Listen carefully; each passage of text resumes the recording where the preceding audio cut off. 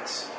If I were running robocalls for Hillary Clinton after 8 p.m. on any weekday and all weekend long, people would be out of their mind mad. And that would cost $40 a line and a Linux server running Asterisk, which, by the way, can spoof caller ID so I can make it look like it's coming from Hillary for America's campaign office. Because we believe caller ID is accurate.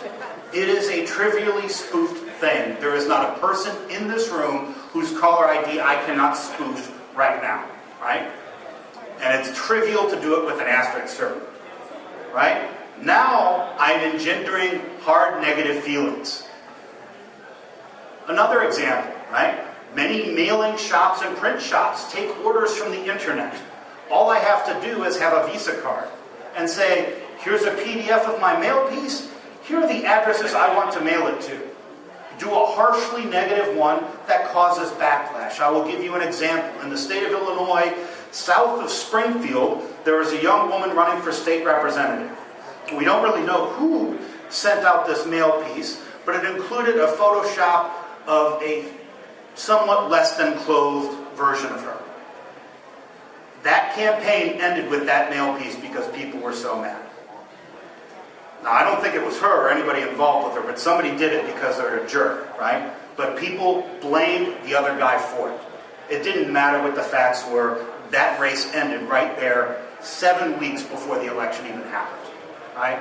And that guy, her opponent, right, tarred for life, right? So, easy way to change people's mind because they hate this stuff, right? And for good reason, right? That was a very obnoxious mail piece. But if you're the Russian government and you really don't care what happens to the candidates afterwards, this is something accessible to you and we can do nothing to prevent it. Right? Even if a print shop whose job is to run Xerox machines knew that it was a Russian buyer, what could we do to say you should not do that? Yes? So are you suggesting this obviously stupid dossier? The Steele dossier? Yeah, the dossier was useless and laughable. Would it be something that they would put out in order to make a government? The Steele dossier never really got out there before the election in a big enough way for that. I think there are other reasons for why that was created, and I think I don't think that was the Russians, or maybe it was them having fun. Yeah. So there's a lot of questions I have about that one, so I don't really have any conclusions for that one. But it was so transparently and easily provable false, right? Hi. Trump's lawyer went to Prague on this date to meet with Russian officials. Okay, I'm going to have a press release. Hi, press. Here's my passport. I'm a lawyer working for a real estate mogul. Don't have access to a lot of legitimate fake passports because I don't work for the CIA who makes those, right? What are we talking about here? Which is why it's very dangerous to use fake information because it very quickly can be disproven in a hoax, right? Which is how it was in that case. But what that was about, I don't know for sure precisely. Based on this week's event, right, as a humorous example, Equifax got hacked. The repository of every American's financial data, right, in the country. Now, they say credit reports weren't hacked, and of course, I'm inclined to believe a big business who got caught with their pants down saying, no, I'm sure they're telling the truth now, and that's sarcasm. Right? But if I were the Russian government, I'd be buying congressmen's credit reports and comparing that to their financial disclosures that have to list all of their debts and assets. I find big discrepancies, and congressmen start getting thrown out of office. That's an influence operation, right? But voting machines, and I'll say this really brief because I'm kind of getting close to time here, right? We focus a lot about voting machines, but I've been doing security for a long time, and in no case except for voting machines have I ever seen the response to security saying, you know what, let's pull back and not put more technology into this stuff. Voting machine vendors are explicitly creating paper trails and selling based on that. I forget the precise word they use, but electronic voting machines, they will not use that term anymore because it makes it less likely for them to sell equipment, right? So Virginia, just yesterday or late this week, has decertified touchscreen voting machines. We have lots of paper trails involved. And I speak a lot about Illinois. It's a system I know the best. But we have electronic, not voting machines, but tabulators. You feed in your ballot, it counts out the numbers. You know, on election day when the polls close, they count out, we issued 500 ballots. There are 500 ballots in the box. Done, we go home. But after the election, before the results are certified, they pick randomly 3% of all the voting machines. This machine reported these results. We're going to count by hand. Could I physically access a machine to manipulate the counting methodology and not get caught, right? That would be impressive, doing it remotely, right? But can I do it in such a way to trick and get past this 3% audit and not find discrepancies? You know, I'm not going to say never, but we're getting to pretty rare. There are non-technical controls on this process, right? But, you know, go to an example, right? Teach a man, give a man a 0 day on a voting machine. Yeah, maybe he'd influence an election for 1 day.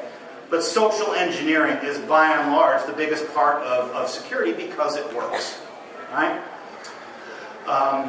One of our biggest defenses for election hacking is there's thousands of independent election authorities, all that do their different things. They have their own process. They pick their own vendors within a subset of what they're allowed to do. How do you compromise that systematically? That is very hard. Prior to 2016, we couldn't figure out a way to systematically protect them. It was too organizationally complex, right? So, but like I said, we are never, I encountered where we pull back from using technology like we are from voting machines.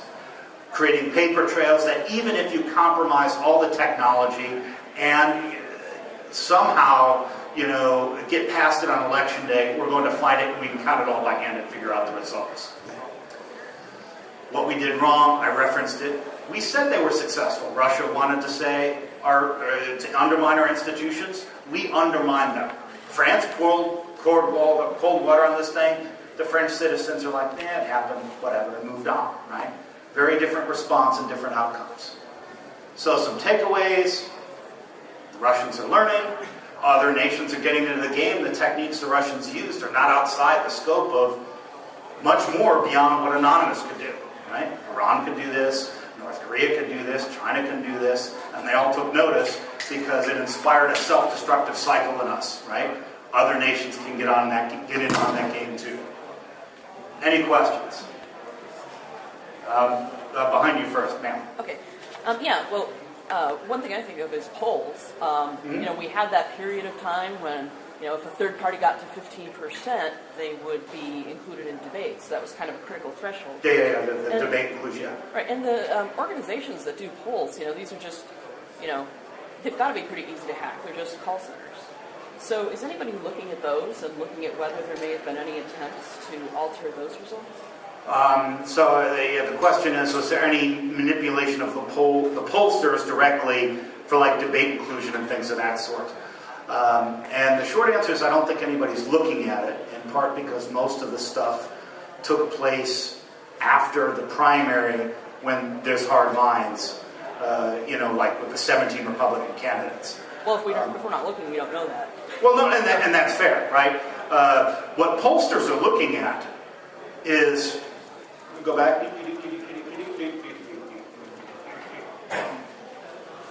That was not the outcome. The pollsters know they got something profoundly wrong.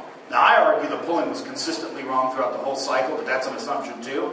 They know there are flaws that they need to fix, because if you can't trust the polls, why are people paying them money?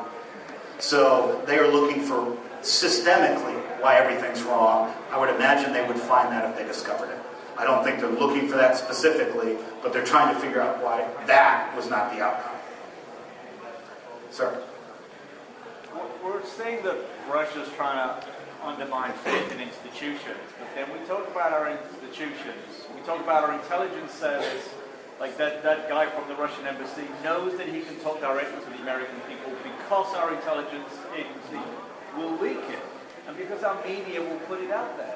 We talk about our polling organizations, and yet we have the media institutions that just continually regurgitate the stuff ad nauseum.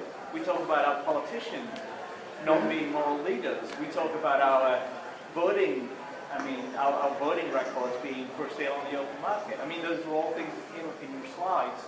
How hard does Russia have to work at this, and how good do they have to be? Well, and that's the point, right? And basically the question is, most of our institutions are already compromised already. How hard do they really have to work? And the answer is not very, right? If I really respect somebody or an institution, right, I'm less inclined to believe bad information unless I believe that bad information is true. And even then, confirmation bias being strong as it is, I may not even believe that it's true then, right? But yes, our politicians are scandal-plagued, our pollsters were wrong, our intelligence community is leaking top secret classified stuff to the media, and the media reports on it, yes. Ergo, right, we are our own worst enemy in Russian influence operations, yes. I work in InfoSec. If I have a whole raft of vulnerabilities, if I don't patch my servers, do I really spend my time crying that the script kiddies keep walking in? I mean, no, I need to keep my house in order. Yes. I just don't know how to tell Congress in a way that they would act is, you guys really should adopt some ethical standard. I mean, I don't much care what it is, as long as it's not the Church of Satan, right? Anything other than that, pick something and stop stealing money, and maybe, right? But we see congressmen indicted every couple of years, right? Aaron Schock's on trial from not far from here. And there's plenty of legal corruption, right? Yeah, we undermine ourselves. But, the Roman Empire didn't die because the barbarians raided it. I mean, it was corrupt as well. Yes, ma'am? What's your take on the Pakistani group that was supporting Congressman, Wasserman Schultz and that act? There is more to come on that story, of which I can only speculate. Speculate. That would be very dangerous for me to speculate, but except to say, at a certain point, if I had an employee that was accused of what he was accused of and had an arrest warrant, I doubt he would remain my employee. Anything more than, say, as long as it took me to call HR. Why that situation persisted as long as it does, I have no idea. And I'm interested to figure that out. Right? But yeah, I don't know if we have the next speaker yet. Any other questions? All right, thank you. We've got time to run through another